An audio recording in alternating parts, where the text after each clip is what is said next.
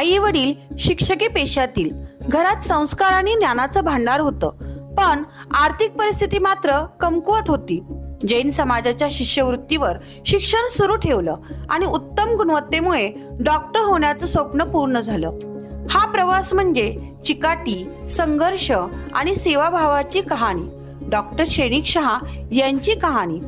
मोठ्या शहरात पैसा आणि वैभव मिळवण्याची संधी असतानाही त्यांनी स्वतःचं बालपण गेलेलं गावच निवडलं. भाड्याच्या छोट्याशा जागेत हॉस्पिटल सुरू झालं.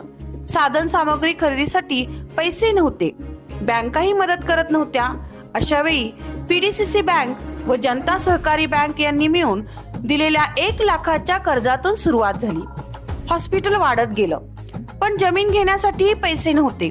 तेव्हा आईचं मंगळसूत्र गहाण ठेवून रुग्णालयासाठी जागा घेतली. आईच्या त्यागातून घडलेले हे रुग्णालय आज हजारो लोकांच्या जीवनदानाचं केंद्र बनलं आहे. जगा आणि जगू द्या या तत्वावर चालणाऱ्या या सेवाभावी प्रवासात एकही रुग्ण पैशाअभावी परत गेला नाही.